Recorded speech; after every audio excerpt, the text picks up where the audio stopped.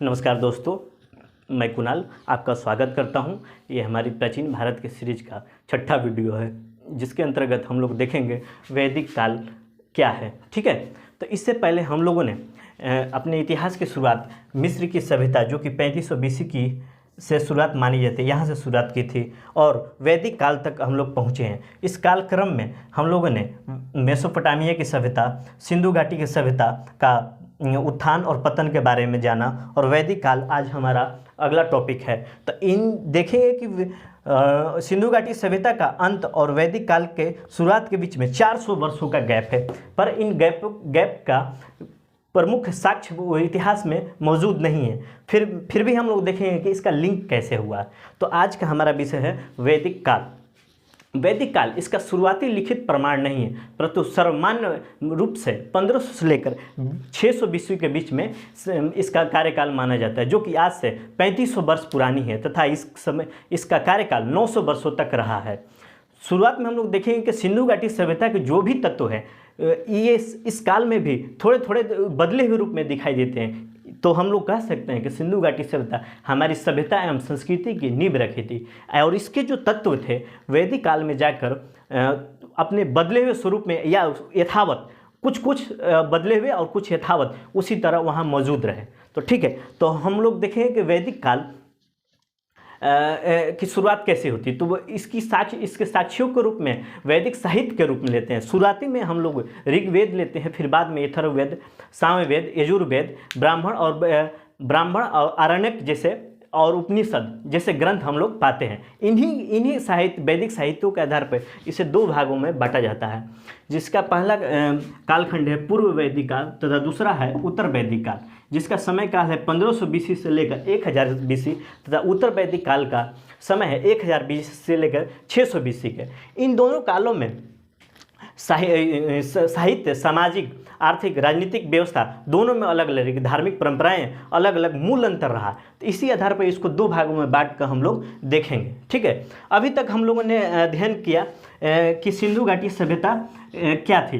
ठीक है, तो इस सिंधु घाटी सभ्यता का वैदिक काल से हम लोग तुलना करके देखें तो यह एक सिंधु घाटी सभ्यता जहाँ नगरीय सभ्यता है, वहीं पर वैदिक काल एक ग्रामीण सभ्यता है। ये आर्थिक रूप से संपन्न थे और दूसरा ये आर्थिक रूप से संपन्न नहीं थे, क्योंकि ये कृषि आधारित व्यवस्था थी और ये सिंधु घाटी सभ्यता औद्योगिक आधारित अर्थव्यवस्था थी।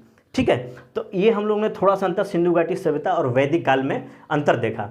तो अब हम लोग देखेंगे कि हमारा इतिहास इन 400 वर्षों का, यानी कि सिंधु घाटी के पतन 1900 BC से लेकर वैदिक काल के शुरुआत के 1500 BC का 400 वर्षों का कार्यकाल का संबंध कैसे रहा।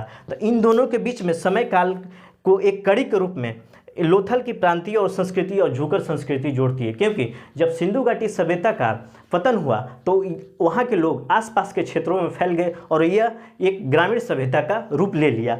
तो वही उसी रूप में लोथल की प्रांतीय संस्कृति और झूकर संस्कृति एक कड़ी का काम करती है सिंधु घाटी सभ्यता और वैदिक युग के बीच का।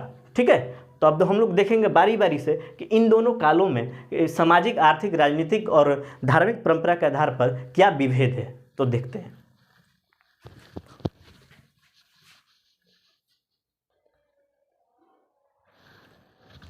हम लोग अपना अध्ययन इन दोनों कालों को तुलना करते हुए पढ़ेंगे, जिससे क्या होगा कि हमारी समझ बेहतर होगी और हम लोग डिफ्रेंशिएट कर पाएंगे कि पूर्व वैदिक काल और उत्तर वैदिक काल में क्या क्या मूल अंतर है।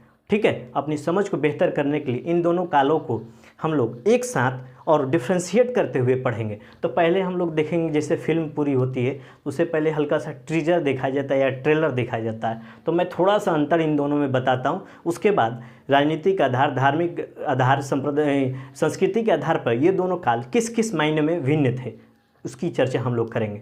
तो इससे पहले शुरुआत करते हैं पूर्व वैदिक काल। यह एक जनजातीय संस्कृति थी और जनजातीय संस्कृति होने के कारण ये लोग सरल लोग होते हैं। उसके बाद अब देखेंगे उत्तर वैदिक काल में कि ये जो पूर्व वैदिक काल के मूल्य हैं उत्तर वैदिक काल में परिवर्तित होते हुए नजर आएंगे, क्योंकि ये शुरुआत में एक कबीला प्रणाली थी जो कि वंशानुगत थी और इस पे यहाँ एक राजा हुआ करता था जिन पर सभा, समिति और विद्वत गण का नियंत्रण होता था। किंतु उत्तर वैदिक काल में राजा मनमानी कर सकता था।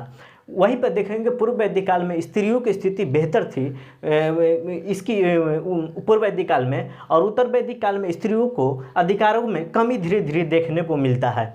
उसके बाद देखेंगे कि जनजातीय प्रणाली थी जो कि कृषि पर आधारित थी तथा ये लोग गांव में रहा करते थे। वहीं पर वैदिक काल में कृषि का उत्पादन बहुत ज़्यादा बढ़ गया, क्योंकि हल से कृषि होने से उत्पादन बढ़ा, जिससे सरप्लस उत्पादन हुआ और इससे व्यापार की संभावनाएं बढ़ी। किंतु पूर्व वैदिक काल में व्यापार का कोई संभावनाएं नहीं थी तथा ये एक पशुपालक समाज था।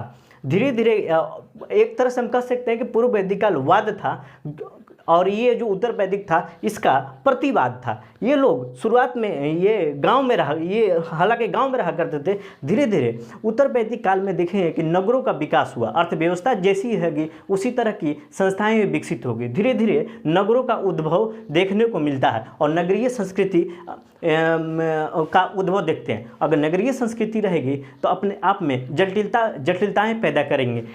इसके विपरीत वैदिक काल में एक ग्रामीण सभ्यता थी जिससे वहाँ के लोग सरल थे। ठीक है, इसके बाद हम लोग देखेंगे कि व्यापार में वृद्धि होने से आधुनिक अर्थव्यवस्था अस्तित्व में आई, जैसे कि दस्तकारी की शुरुआत हुई इसी काल में। ठीक है, उसके बाद हम देखेंगे कि जो उत्तर वैदिक काल है इसका पूरा का पूरा विकास गंगा के बेसिन में हुआ, जहाँ पर अरण्यक, उपनिषद, ब्राह्मण की रचना की गई। इससे हम कह सकते हैं कि उत्तर वैदिक काल में भौतिक विकास के साथ साथ दार्शनिक विकास भी हुआ और यहीं से अस्थायी जीवन की शुरुआत हुई। अब हम लोग इन दोनों कालों में देखेंगे कि क्या क्या डिफरेंस है सामाजिक आधार पर, धार्मिक आधार पर, परंपराओं के आधार पर।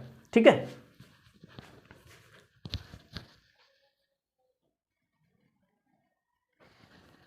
ठीक है, अगला हमारा व्यवस्था है राजनीतिक संगठन के आधार पर पूर्व वैदिक काल और उत्तर वैदिक काल में क्या अंतर है। ठीक है, तो राजनीतिक संगठन का विकास कैसे कैसे हुआ हम लोग बारी बारी से दोनों कालों में देखेंगे। ठीक है, तो शुरुआत में ये राजनीतिक व्यवस्था यहाँ पर कबीलाई किस्म की थी। उसे एक प्रकार से कह सकते हैं जनजातीय सैन्य लोकतंत्र का संज्ञा दे सकते हैं। इसके अलावा उत्तर वैदिक काल में विधिवत रूप से अनेक राज्य विकसित हुए, कौशल, विदेह, तो ये राज्यों का विकास हुआ, विकास हुआ। जबकि पूर्व वैदिक काल में एक कबीलाई व्यवस्था थी।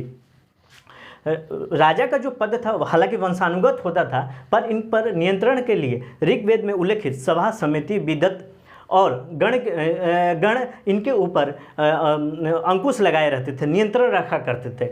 एक तरह से मिनिस्ट्री ऑफ काउंसिल का काम करती थी, परिषद का काम करती थी। जैसे आज हमारे यहाँ प्रधानमंत्री को सलाह देने के लिए, राष्ट्रपति को सलाह देने के लिए मंत्री परिषद हुआ करता था, उसी प्रकार सभा, समिति, विदत तथा गण हुआ करते थे, जिनका उल्लेख ऋग्वेद में है, जिसके अंतर्गत 1028 मंत्र दिया गया है। ठीक है, तो पूर्व वैदिक काल में ऋग्वेद की रचना की गई है और इस सभा और समिति में स्त्रियां भी भाग लेती थी और ये परिषद राज्य संबंधी विचारें किया करती थी। जबकि इधर हम लोग देखेंगे कि राजतंत्र की स्थापना हो गई थी और ये जितने परिषद थे उनका अस्तित्व खत्म हो गया तथा सभा, समिति और ये जो विदत गण थे वहाँ पर स्त्रियों का उसमें अब स्त्रियाँ भाग लेनी बंद कर दी। ठीक है, उसी प्रकार यहाँ देखेंगे कि एक पुरोहित हुआ करता था जो कि प्रशासनिक कार्यों में सहयोगी हुआ करता था।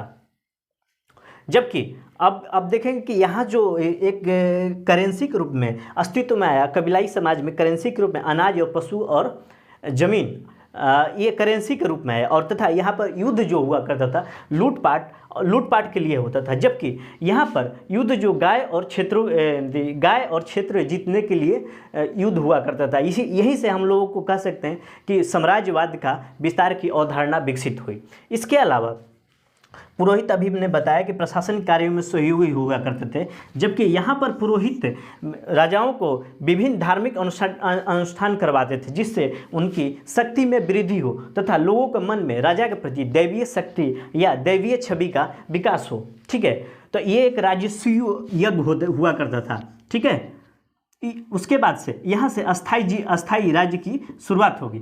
अब ये राजसूय यज्ञ होने से दिव्य शक्ति और दैवीय छवि का लोगों के मन में विकास होने से राजा स्वेच्छाचारी हो गया। जबकि इधर देखेंगे कि कबीलाई समाज में राजा पर नियंत्रण के लिए सभा, समिति और विदत गण हुआ करता था। एक तरह से हम देखेंगे कि जो पुरोहित वर्ग था, जो धर्माध्यक्ष होता था, नेक्स्ट टू किंग कहा जाता था, और ये एक दूसरे को सपोर्ट करते थे, क्योंकि ये पुरोहित वर्ग चाहता था कि हमारा वर्ग बना रहे और हमारा पद बना रहे, और राजा का भी पद बना रहे। राजा के लिए, इसलिए ये लोग राजस्व योग कराकर लोगों के मन में दैवीय छवि या दैवीय शक्ति का अवधारणा विकसित किया करते थे। इस काल में, जैसे कि पूर्व वैदिक काल में ऋग्वेद की रचना की गई, उसी प्रकार उत्तर वैदिक काल में सामवेद, अथर्ववेद, यजुर्वेद, उपनिषद, ब्राह्मण और आरण्यक की रचना की गई। उसी प्रकार अब देखेंगे कि दो वर्ड यहाँ पर देखिएगा, थोड़ा महत्वपूर्ण है, याद कर लीजिएगा इसे। जैसे गोचर भूमि का बोलते हैं, गोचर भूमि के अधिकारी को यहाँ पर ब्राजपति कहा जाता था तथा जन को कबीला कहता था। उसी प्रकार उत्तर वैदिक काल में राजकीय प्रमुखों के लिए 12 रत्नों की जानकारी मिलती है, जिसमें से सगृहित्री को कोषाध्यक्ष कहा जाता था, और पुरोहित जो होता था मुख्य पुजारी हुआ करता था। ठीक है, आज भर इतना ही रखेंगे, फिर अगले वीडियो में देखेंगे कि इसकी इन दोनों में किन किन आधारों पर विभेद है। ठीक है, तो आज के लिए इतना ही है। हाँ, एक संदेश और देना चाहता हूँ कि ये वीडियो मैं अपने दोस्तों के कुछ अच्छे मित्र हैं उनके कहने पर बना रहा हूँ, और मुझे कोई फेम उम की ज़रूरत नहीं है, और मैं कोशिश करता हूँ कि बहुत सारे यूट्यूब पे वीडियो पड़े, आप वहाँ से देख सकते हैं। वो लोग क्या बोलेंगे कि वो पीटी वाइज पढ़ा के निकल गए। मैं यहाँ कोशिश करता हूँ कि मेंस के सारे क्वेश्चन को अच्छे से हैंडल किया जा सके, या मेंस की अवधारणा मन में विकसित हो। तो मैं कंटेंट पे फोकस करता हूँ, वीडियो बनाने पे नहीं, क्योंकि मेरे पास सिंपल सा एक छोटा सा बोर्ड है और मोबाइल के कैमरे से मैं रिकॉर्ड करता हूँ, और भी मोबाइल का कैमरा मैं कुर्सी पर रख कर एडजस्ट करके बनाता हूँ। ना कि कोई खास मेरा उद्देश्य नहीं है ये वीडियो बनाना, बस मुझे अच्छा लगता है इसलिए मैं बनाता हूँ, और मेरे कुछ मित्रों के लिए है तो आप उन्हीं के लिए ही वीडियो है, और मैं किसी और के लिए नहीं बनाता हूँ। ज़्यादा सलाह देने की ज़रूरत नहीं है, ठीक है ना। तो ये मैं कहना चाहूँगा, मैं कंटेंट पर फोकस करता हूँ। आप कंटेंट में कमी हो या समझाने के तरीका में कमी हो तो मेरे से शिकायत कर सकते हैं, उसके अलावा मैं किसी का नहीं सुनूंगा। ठीक है, और ये मैं अपनी खुशी के लिए करता हूँ। हाँ, एक और संदेश, मेरे प्रोफाइल में घुस कर कुछ लोग मेरे परिवार वालों को मैसेज कर रहे हैं, सुधर जाओ, आरा जिला के बाबू साहब हैं, खोज कर मारेंगे जहाँ मिलोगे, ध्यान रखना। लास्ट वार्निंग है, उस धरती से आते हैं, बीर कुंवर सिंह की धरती से। 80 वर्ष की अवस्था में अंग्रेजों का छक्का छुड़ाया था यार, ये भी याद रखना। मिजाज इतना गर्म है ना कि आज मैं वीडियो बनाते समय मैं फोकस नहीं कर पा रहा था। लास्ट वार्निंग है तुम लोगों के लिए। माँ बहन का अगर ख्याल नहीं है तो तुम्हारी माँ बहन करने में मुझे समय भी नहीं लगेगा। चलो ठीक है, सहयोग के लिए धन्यवाद।